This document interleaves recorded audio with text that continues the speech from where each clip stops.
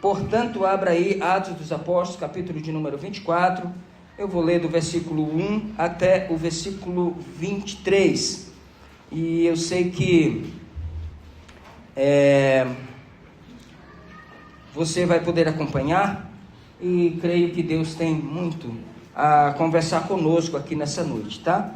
Atos capítulo 24, achou aí?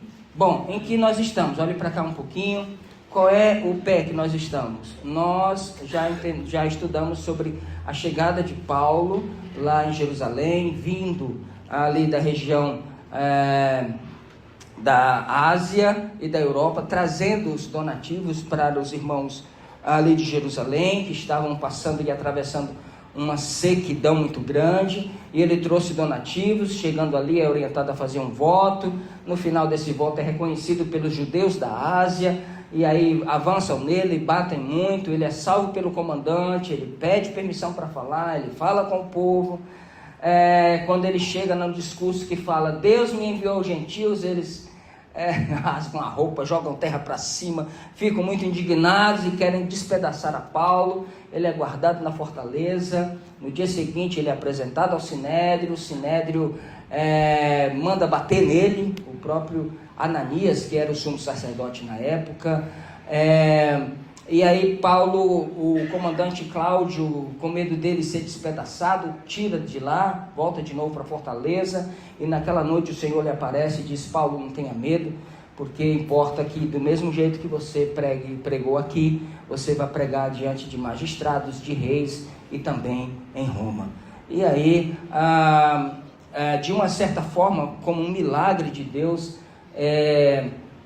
um sobrinho de Paulo percebe uma conversa de 40 judeus que estavam ali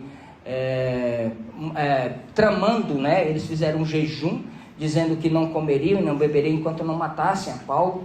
E aí ele consegue ouvir isso, fala com Paulo. Paulo pede para ele falar com o comandante. Ele fala com o comandante, e o comandante resolve tirar Paulo à noite com 470 soldados. Ele leva Paulo a salvo para Cesareia, para que ali, como ele era da região da Cilícia, ele pudesse ser ali julgado pelo Félix, que era o comandante ali da região da Cesareia e da Cilícia. Bom, e aí ele disse: olha, leva Paulo para lá e manda os acusadores ir lá apresentar a acusação diante deles. Bom, e aí vem então o capítulo 24. 5 dias depois, o sumo sacerdote Ananias desceu a Cesareia com alguns dos líderes dos judeus e um advogado chamado Tértulo, os quais apresentaram ao governador acusações contra Paulo.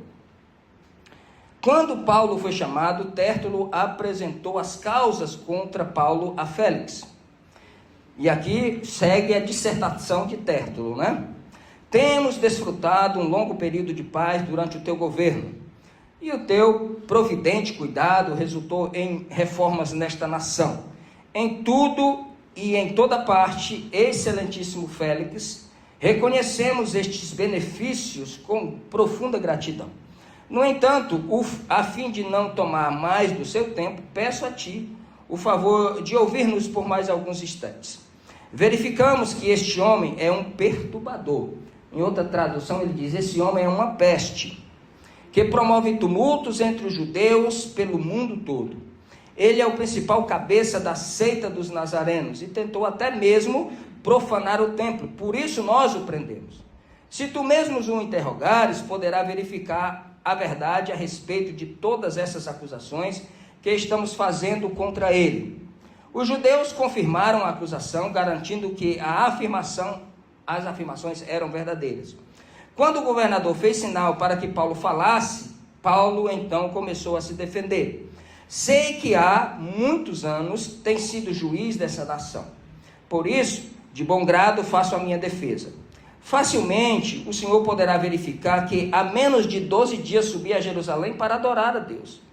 Os meus acusadores não me encontraram discutindo com ninguém no templo, nem citando uma multidão na sinagoga ou em qualquer outro lugar da cidade. Tampouco eles podem provar as acusações que agora estão levantando contra mim. Confesso, porém, que adoro ao Deus dos nossos antepassados como seguidor do caminho.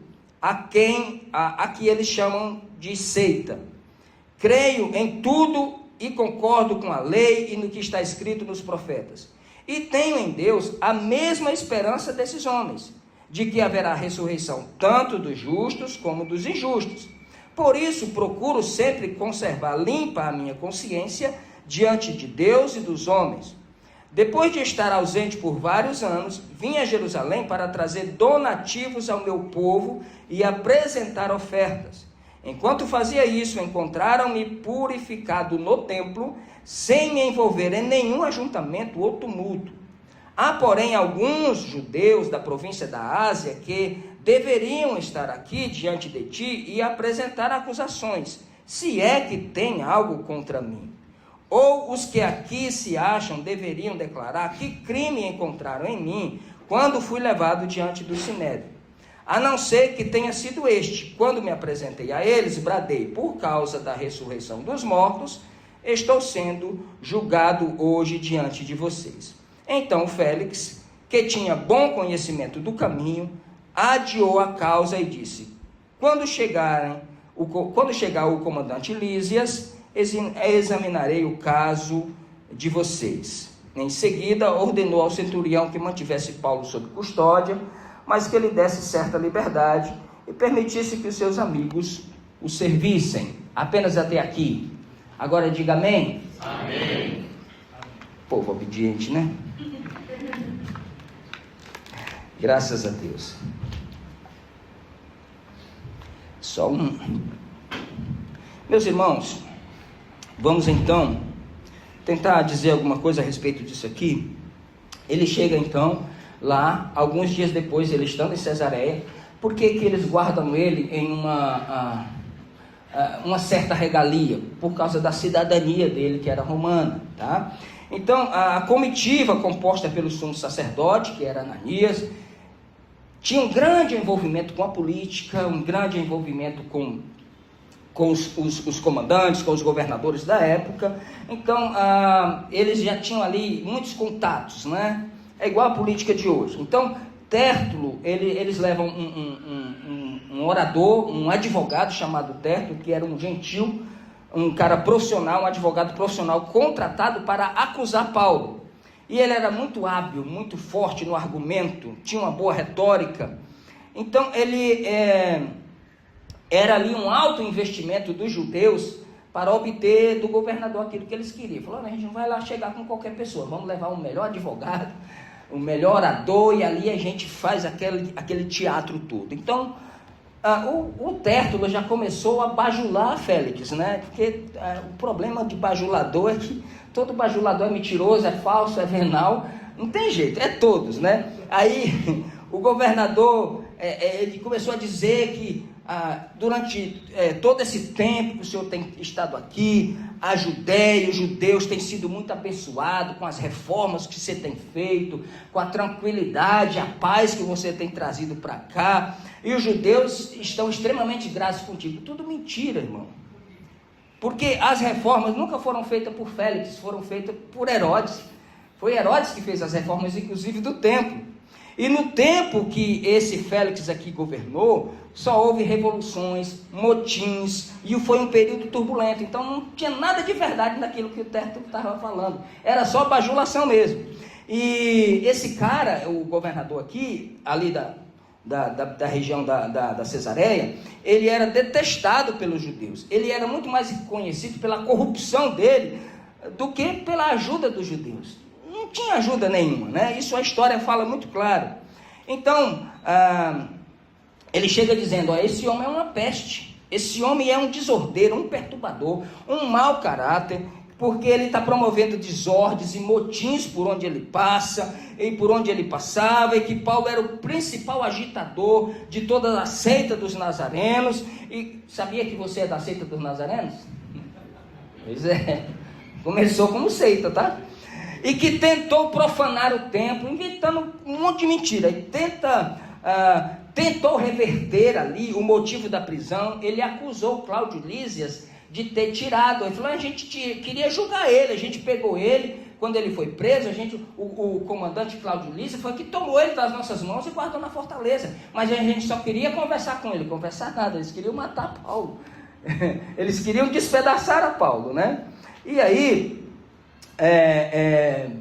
ele fala tudo aquilo, aí encerra, e agora Paulo vai se defender. Aí Paulo começa a falar, ele diz, olha, não começa com bajulação nenhuma, ele apenas reconhece a autoridade que está ali na frente dele, agradece por estar ali, diz, olha, eu estou há 12 dias aqui, é impossível em 12 dias eu ter começado um motim, eu estou há mais de 3 anos fora, eu vim trazer mantimentos para o meu povo, e nenhum dos lugares aqui vocês me viram com motim, com confusão, com tumulto, com nada, eu não incitei ninguém. Eles não têm como provar isso. Aliás, não foram nem eles. Quem me acusou foram os judeus da Ásia. E nem estão aqui. Porque se eles não estão aqui, é porque não tem motivo nenhum para me acusar. Não estão aqui eles. Se o senhor constatar, o senhor vai ver isso daí. Ele começa a falar que ele tinha uma boa consciência. Falou, eu estou aqui sendo preso porque eu falei o seguinte, que eu creio no que eles creem. Eu creio nos profetas, eu creio na lei, eu creio em tudo. Só que eu já entendi que a lei e os profetas falavam de Jesus. E esse Jesus veio e ressuscitou. E falou para mim pregar os gentios. É por isso que eles estão revoltados desse jeito. O problema deles é isso, porque eu falei que ia pregar aos gentios. Mas, se o senhor puder contestar, verificar isso, o senhor vai ver que eu não estou faltando com a verdade. Eles não têm como provar isso. Nenhum dos que estaram lá, que me bateram e me prenderam, estão aqui hoje. E aí ele falou, eu estou com consciência limpa. Eu não causei tumulto, a não ser no dia que eles estavam querendo me matar, lá na presença do Sinédrio, que eu disse que estava sendo julgado por causa da ressurreição dos mortos. Ora, ele usou um argumento extraordinário, porque os saduceus não acreditavam mais em ressurreição, nem anjo, nem nada. Já os fariseus acreditavam em tudo. Ele dizia, eu estou sendo julgado por aquilo que eles mesmos acreditam, a ressurreição dos mortos. Quando ele fala isso, aí houve uma confusão. Ele falou, a única confusão que eu causei foi essa. Esse foi o único problema que eu causei. E aí, o comandante olha para aquilo tudo, né? Esse comandante, mais para frente a gente vai ver que ele era casado com uma judia chamada Drusila. Ele tinha muito conhecimento sobre o caminho, porque na verdade aqui não tinha ainda esse termo igreja, os cristãos, os do caminho, né, que ele chamava seita dos nazarenos, porque a maioria deles Jesus era de Nazaré, e o comandante tinha muito conhecimento, casado com uma judia, sabia tudo sobre os ditames da lei. Ele poderia muito bem ter livrado Paulo aqui, ele poderia muito bem ter dado ganho de causa aqui para Paulo, mas ele resolve guardar Paulo na fortaleza e diz assim, não, deixa vir o comandante, quando o Cláudio Lísias chegar, a gente volta a falar sobre esse assunto, e está dispensado todo mundo. Bom, a gente tem, diante dessa história aqui, tem muita coisa para falar, irmão. E assim, eu agradeço até ao pastor João, porque foi ele que me procurou, acho que no finalzinho do ano passado, pastor, é bom esse estudo de quarta vir para o domingo. Falei, será, pastor? É bom vir para o domingo e tal. Só que aí, pastor, você me criou um problema, porque você me deu muito tempo para ficar mexendo na mensagem, né? Então eu começo com a mensagem aqui no meio da semana e até o final eu vou mexendo nela. Tem muita coisa aqui para falar. Primeira coisa, quando a verdade incomoda, irmãos, a mentira ela se organiza para silenciar a verdade. Você pode pegar do capítulo 1 até o capítulo 9, é uma mentira organizada. É uma mentira sendo orquestrada. Paulo aqui está enfrentando, não é um ataque qualquer, ele está enfrentando uma acusação planejada, articulada e rigorosamente arquitetada pelos judeus, pelo Sinédrio e pelo o Tértulo, né, que é o advogado que eles trouxeram ali. Então, desce ali o sumo sacerdote Ananias, desce com todos os anciãos, contrata um advogado, usa de bajulação, usa de distorção, usa de mentira, para tentar se impor, organizar, orquestrar tudo isso, porque a verdade do Evangelho incomoda. Saiba disso. A estratégia deles, primeiro, do versículo 2 ao 4, bajular o poder. Ih, rapaz, esse negócio de bajular o poder é um negócio complicado. Tanto tem gente que gosta de ser bajulado, como tem gente que gosta de bajular para poder crescer. Isso é um problema. Isso eu vi, que aliás, para mim nunca foi, né? Mas isso é um problema, porque tem locais por aí que se você não bajular, você não sai do lugar onde você está. Eu falei, Jesus amado, então eu vou ficar aqui estagnado sempre, né? Então, essa questão de bajulação do poder, eles falam aqui do versículo 2 ao 4. Depois, eles pegam a verdade e distorcem. Eles inventam uma coisa que não tem nada a ver. E aí eles criam um falso rótulo para Paulo. Chama o cara de peste e de agitador. Você já foi chamado de peste, já ou não? Assim, por causa do evangelho, irmão. Porque se for por causa de outra coisa, pelo amor de Deus. Entenda uma coisa, nem toda oposição vem do mundo. Muitos vêm, às vezes, de dentro do ambiente religioso. Aqui em Roma, não estava nem preocupado com aquela gente. Estava nem preocupado se eles acreditavam em ressurreição dos mortos. Não estava nem aí para eles. O problema aqui era o levante de dentro da própria religião. De dentro, muitos vêm de dentro ali do ambiente religioso, que é justamente essa oposição. Recentemente nós vimos uma pregadora aí lá nos Gideões trazer lá umas determinadas estatísticas, e ela foi uma mulher extremamente corajosa de falar determinadas estatísticas e de botar o dedo na cara de muita gente e dizer, se você está sendo abusada pelo seu marido, ou seja lá pelo que for, dentro do ambiente religioso, e alguém te aconselhar a orar, não ore. Ore por você e saia do lugar e vai direto numa delegacia e denuncie. E aí, irmão, não é que apareceu gente que concorda, gente que não concorda, e gente que ficou muito indignado, e aí gente que agora quer desqualificar o mensageiro, porque não tem coragem de rejeitar a mensagem, de refutar a mensagem.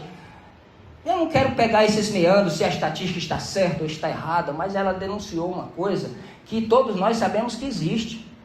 Se em grandes ou pequenas proporções, quantas pessoas não foram orientadas? Não, irmão, ora que Deus vai salvar, orar por uma coisa que já está escrito que não funciona, entende? E aí, o que acontece aqui?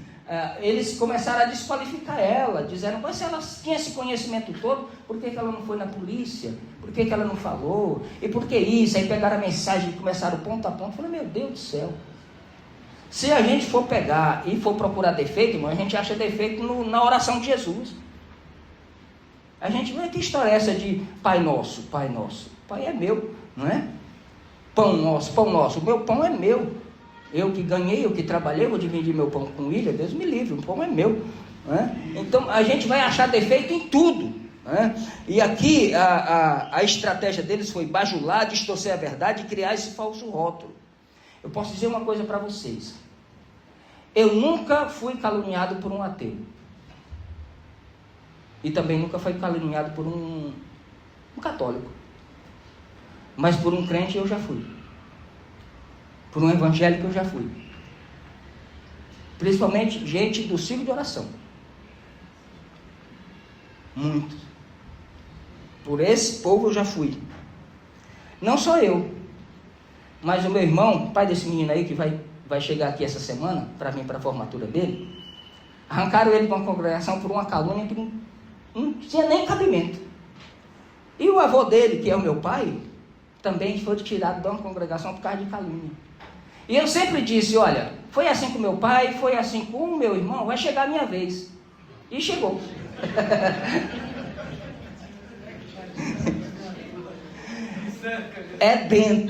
É de dentro que você encontra essas coisas. A mentira, quando organizada, ela parece convincente.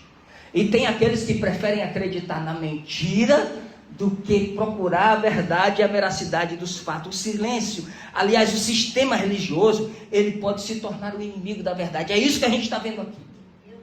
Um sistema religioso descendo, andando 100 quilômetros, não sei se num lombo de um cavalo ou numa charrete, sei lá no que era, o que eles iam a pé, lá de Jerusalém até Cesareia, que dava 100 quilômetros, para chegar lá, acusar um servo de Deus de uma mentira, e ficar falando mentira, dizer que ele era uma peste, que ele era um perturbador. Isso é sistema religioso. Às vezes, quando a verdade incomoda, a mentira ela se organiza para silenciar. Pode escrever o que eu estou falando. Entende? E se você for fraco, você baixa a cabeça e fala: oh, esse negócio não é para mim não. Ó, eu vou dar no pé. A segunda coisa que o texto nos fala aqui é sobre a postura de Paulo. Porque quando você é acusado de uma coisa que você não fez, qualquer coisa, a vontade que você dá é ir no pescoço do cara, né, Xavier? Do seu não dá, porque é grosso, não dá para pegar. Mas a vontade que dá é ir no pescoço do cara. Imagina pegar um homem desse, não dá não. Então Paulo começa a sua defesa sem bajulação, sem medo. Ele responde com respeito a eles. Ele não trata com desdém as autoridades ali, nem eles próprios. Ele não se vê, ele falaram que ele era uma peste, um perturbador, mas ele não usa os mesmos argumentos contra ele. O cara é respeitoso, ele não entra no jogo emocional dos acusadores. Ele não desce, irmão, o crente está aqui, ele não pode descer para discutir com um bajulador, não.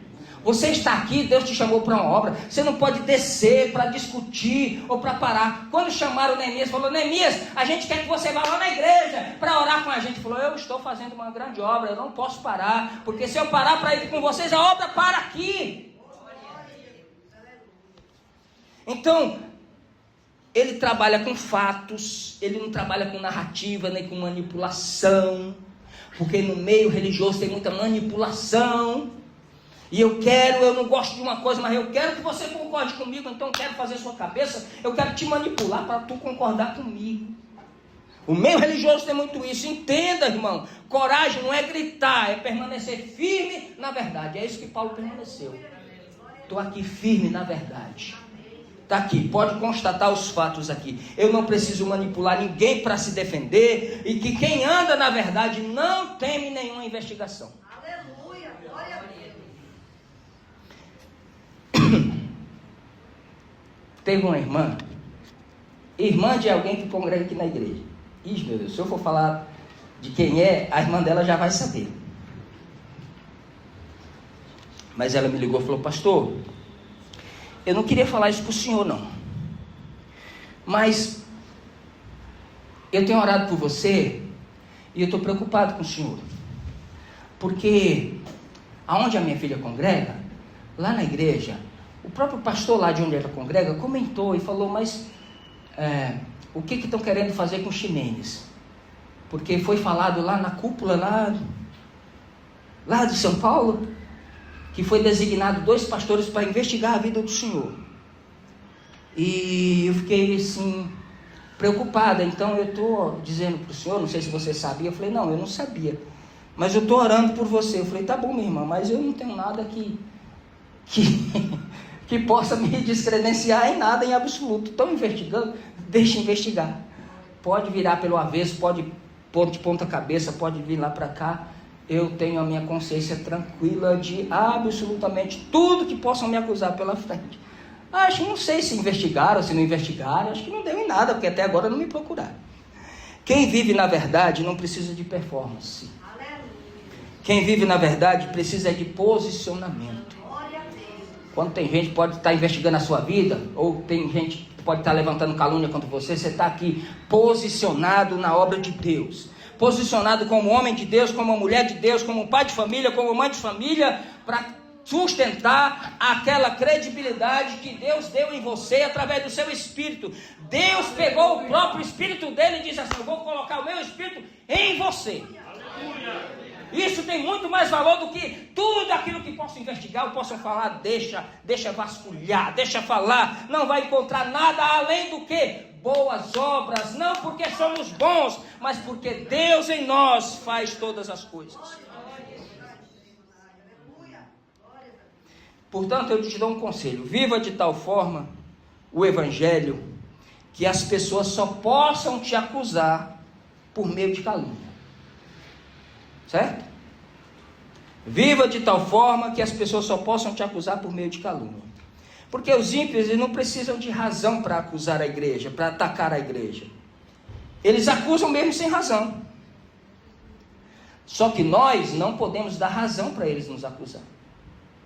Eles acusam até sem razão, mas nós não podemos. E quando é que nós damos razão para eles nos acusar?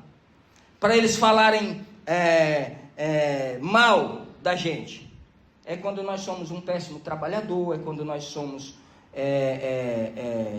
desonestos, ofensivos, imorais, é quando nós somos um mau vizinho, é quando nós cumprimos com nossa palavra. Aí nós estamos dando munição para essa gente falar de nós.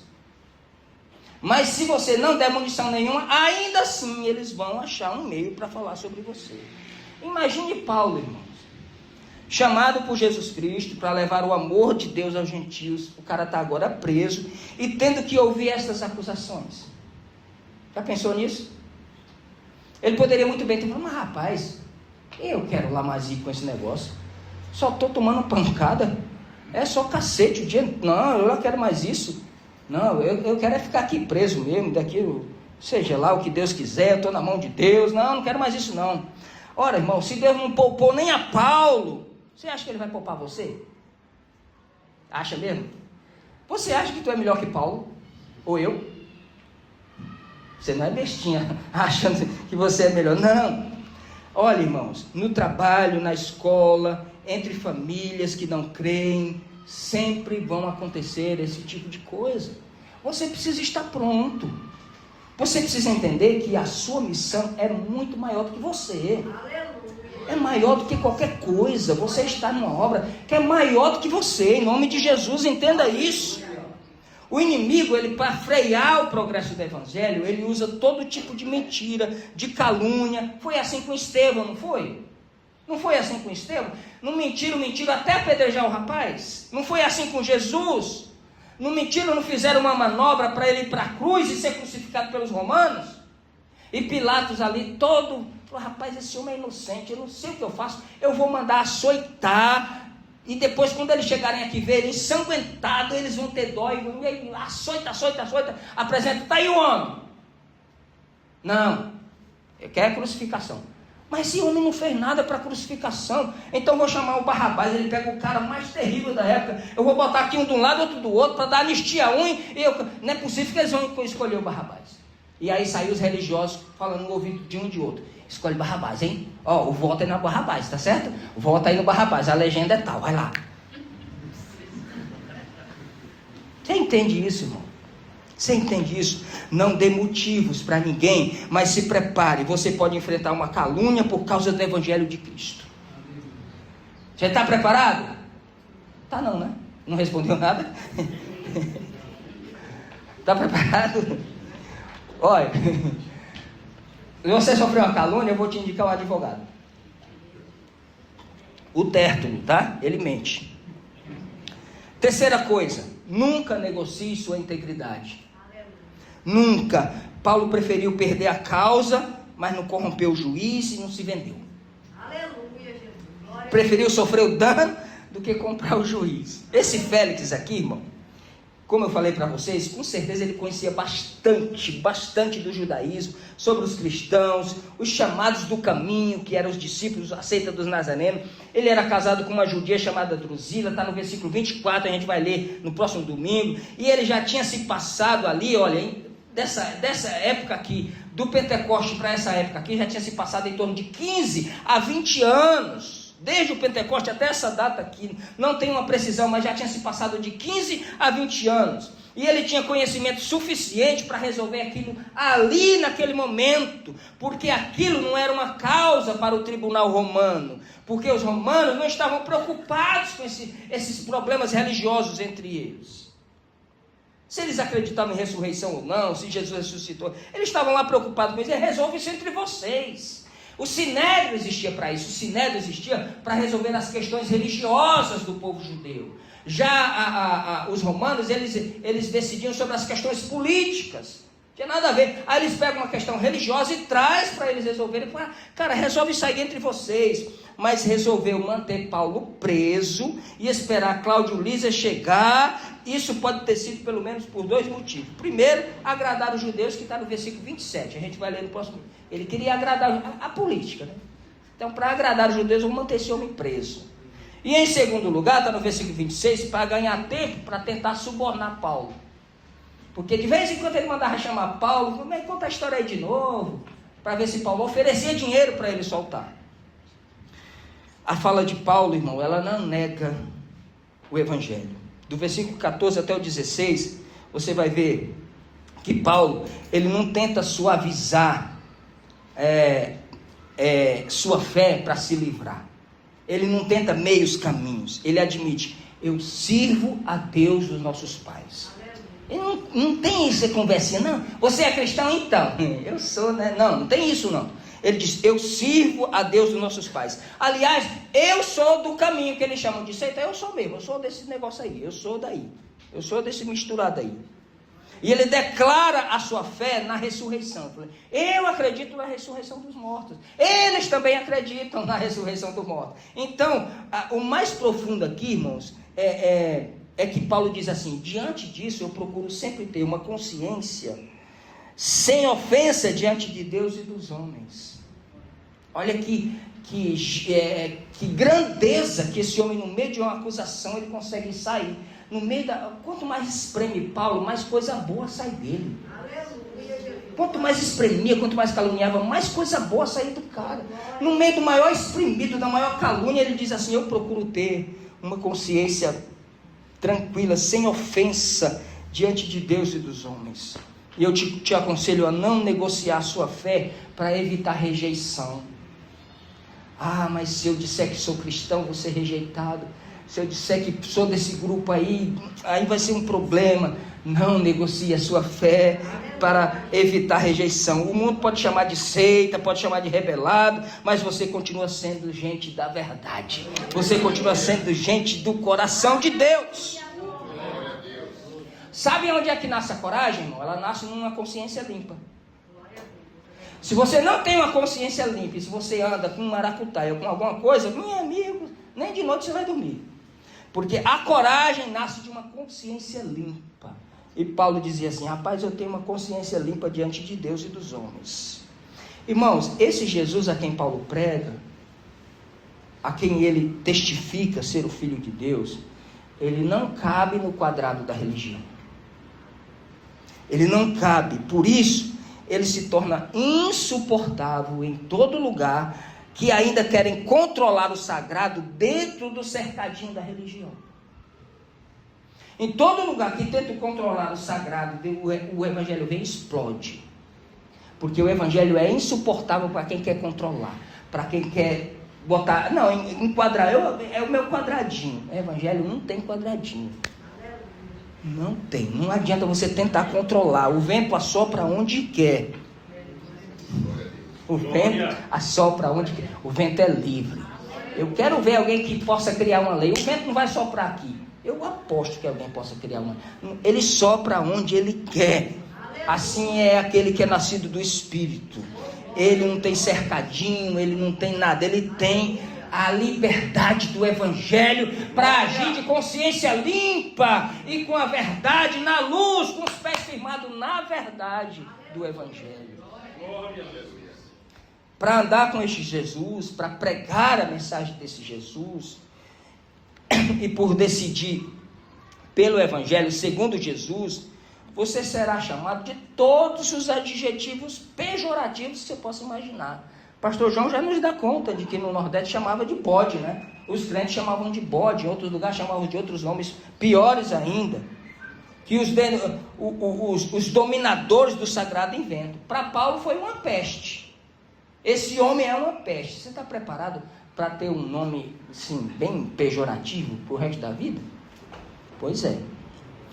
Por pregar o evangelho, Paulo disse para Timóteo, novinho ainda, falou, Timóteo, sabe o que vai acontecer contigo? Se tu for zeloso do bem, tu haverá de ser perseguido. Só porque você faz o bem, você será perseguido. Você acha que isso é uma conversa à toa? Ou você acredita nisso? Quem acredita nisso aqui? Levanta a mão. Nem todo mundo acredita, olha só. Vocês não acreditam na Bíblia não, é? Ou vocês não estão me ouvindo.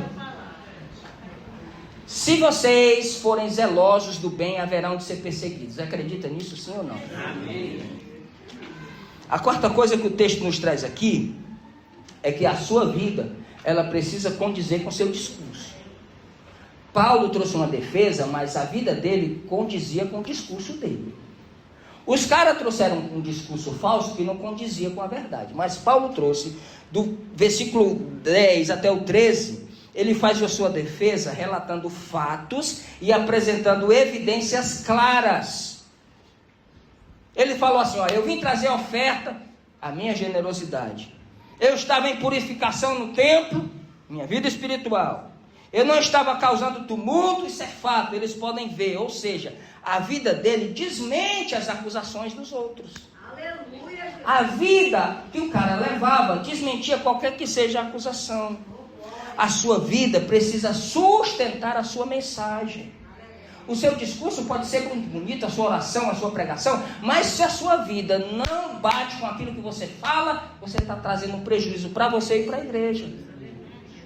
A integridade é a melhor defesa contra a mentira. A integridade, a verdade, a clareza, a lucidez. O acusador perde força quando não há brecha. Não tem espaço, não, você vive na clareza. Você não é perfeito, claro que não é. Não estou aqui pregando uma perfeição, estou dizendo que não existe um discurso diferente da sua vida. Porque se o seu discurso for diferente, imagina os teus filhos que vão pensar, o que a tua mulher vai dizer, imagina o que o teu vizinho disse, se o teu discurso não condiz com aquilo que você vive. Isso aqui é Paulo, a vida dele condizia com todo o discurso. Era uma vida íntegra que lhe silenciava acusações barulhentas. Às vezes a acusação pode ser mais difícil, mais barulhenta, mas se a sua vida é íntegra, esse barulho acaba rapidinho.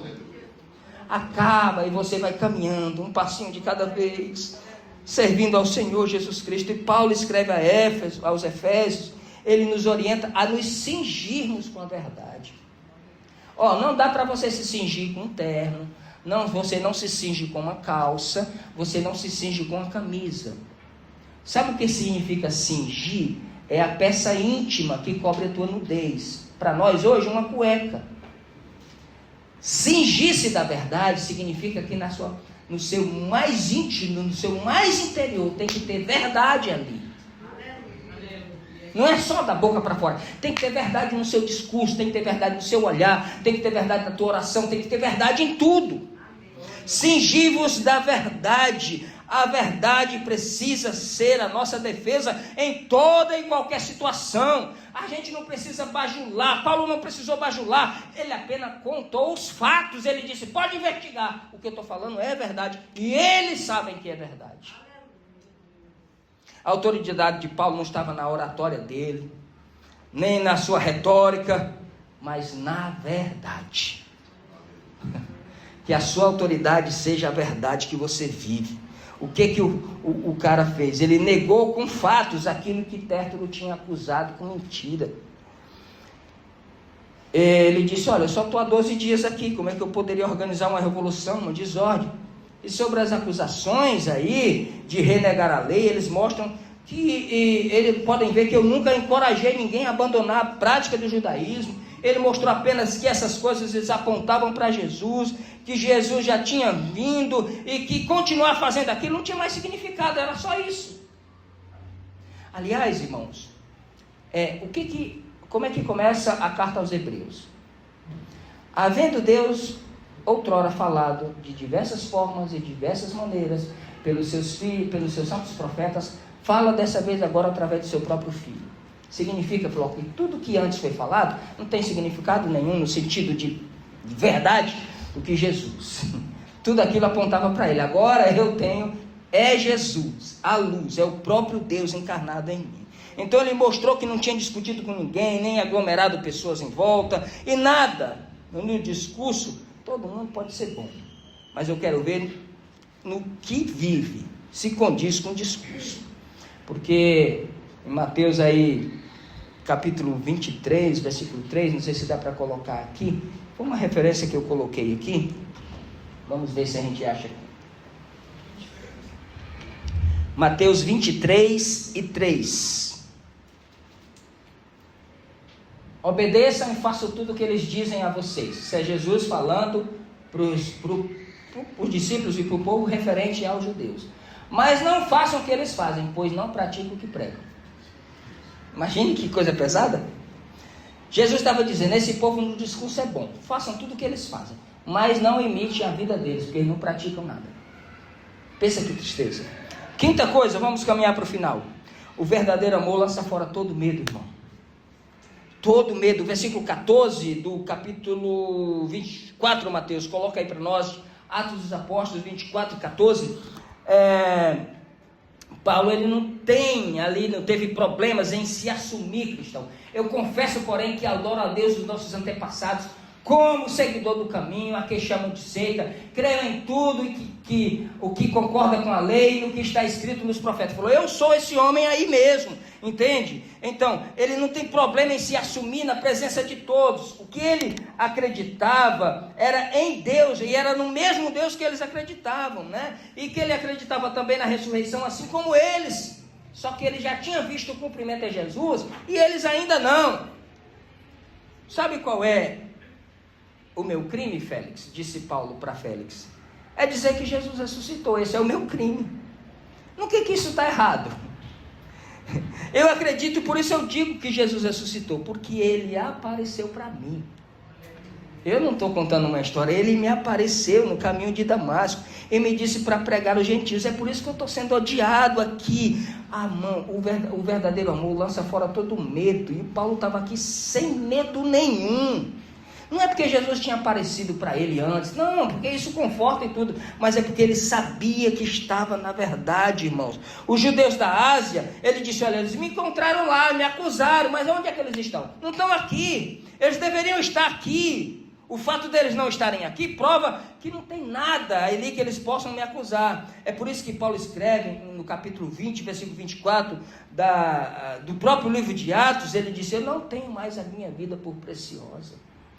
Ela tem a minha vida por preciosa, meu nome, minha vida, meu prestígio, meu título, meu cargo, meu nome, minha posição eclesiástica. Ela tem isso por precioso. Eu encontrei o amor de Cristo. E aí em outra parte ele diz assim, ó, tudo aquilo que eu aprendi, sabe o que é? Esterco. Você sabe o que é esterco, né? Cocô. Diante de Cristo é esterco.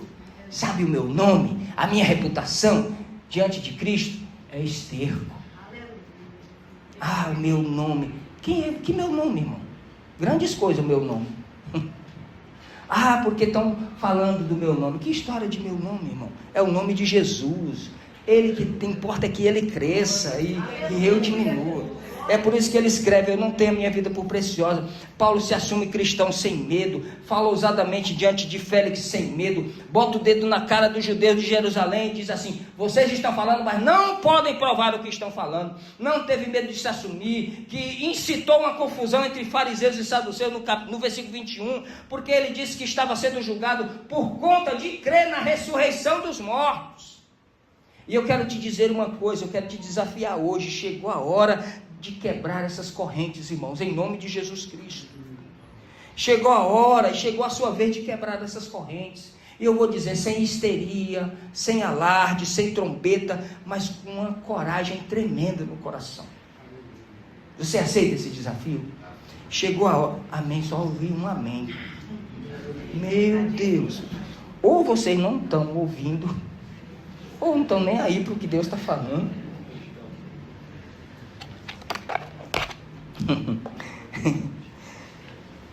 Você aceita esse desafio? Amém.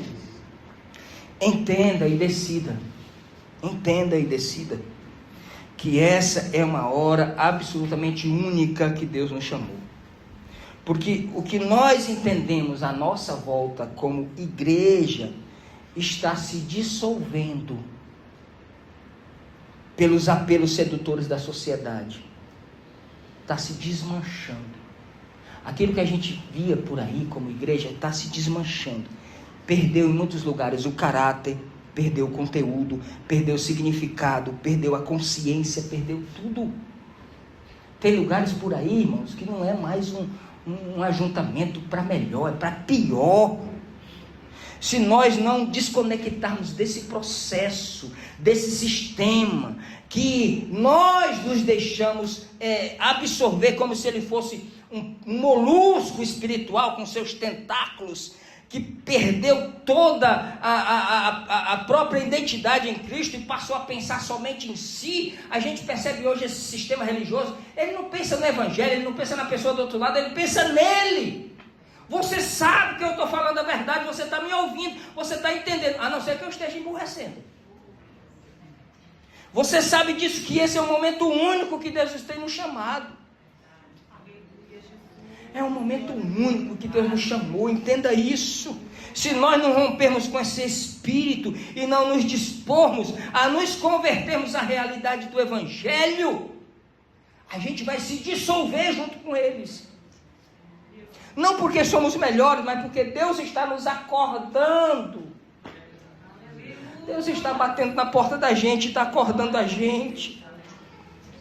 Coloque isso no seu coração hoje, de que é possível nos tornarmos os grandes luzeiros, os grandes refletores, os grandes exaladores do perfume da Nova Jerusalém, nesses antros da terra.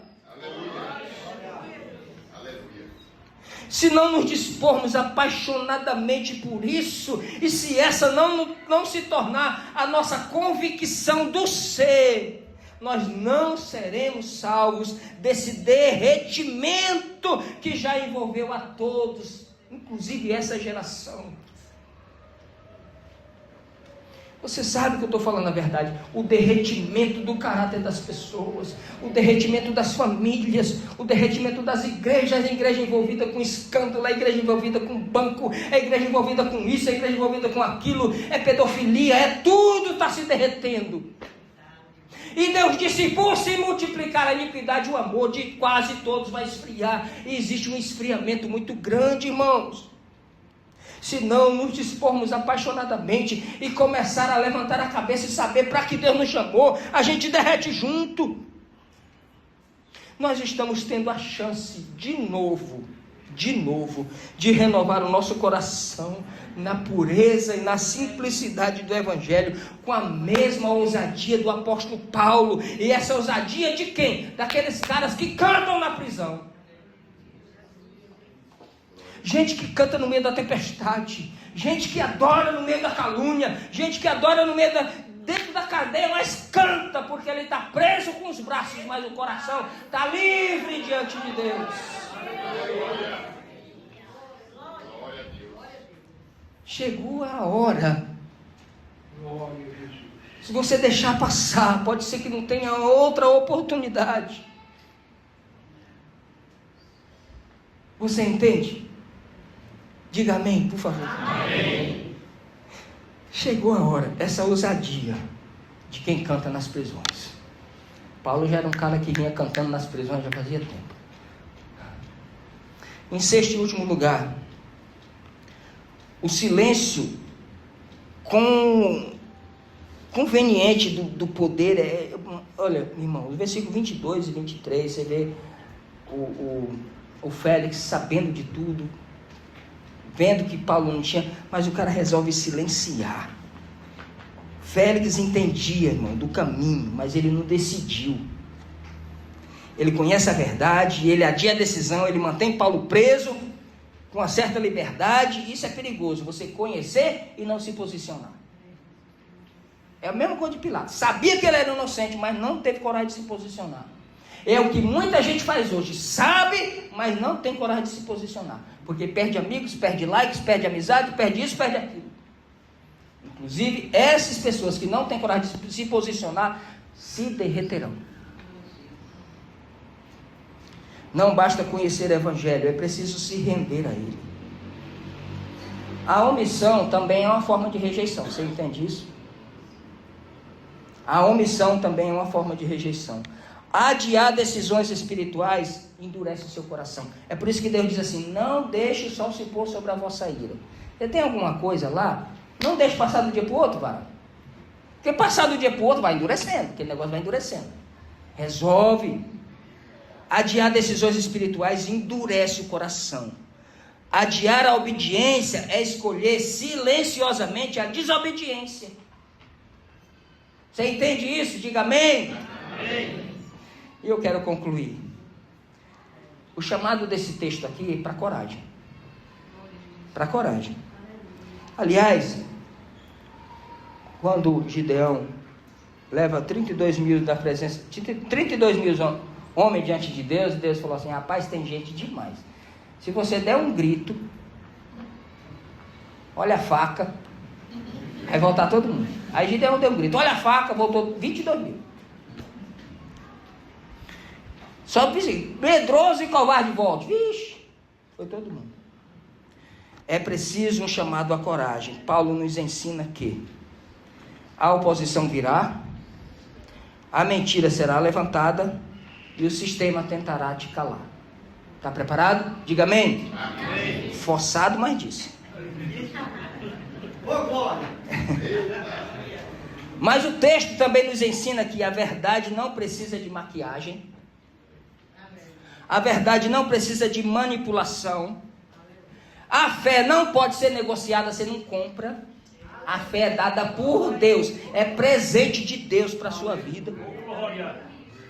E uma consciência limpa vale muito mais do que a aprovação de homens. Uma consciência limpa vale muito mais do que aplausos de um estádio inteiro. Você tem recuado diante da pressão? Você tem suavizado o evangelho para ser aceito? Você tem pregado um evangelho mais adocicado para encher? Você tem pregado um evangelho mais... vou suavizar aqui para ver se o irmão não se sente ofendido. A sua vida sustenta a sua mensagem?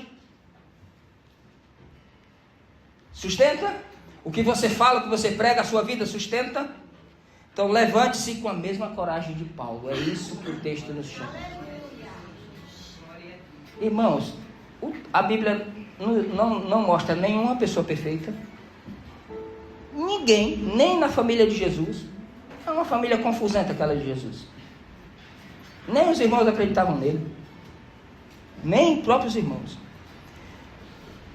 Levante-se com coragem para falar a verdade, para viver com integridade e para não negociar a sua fé. Se você fizer isso, você verá o favor de Deus na sua vida.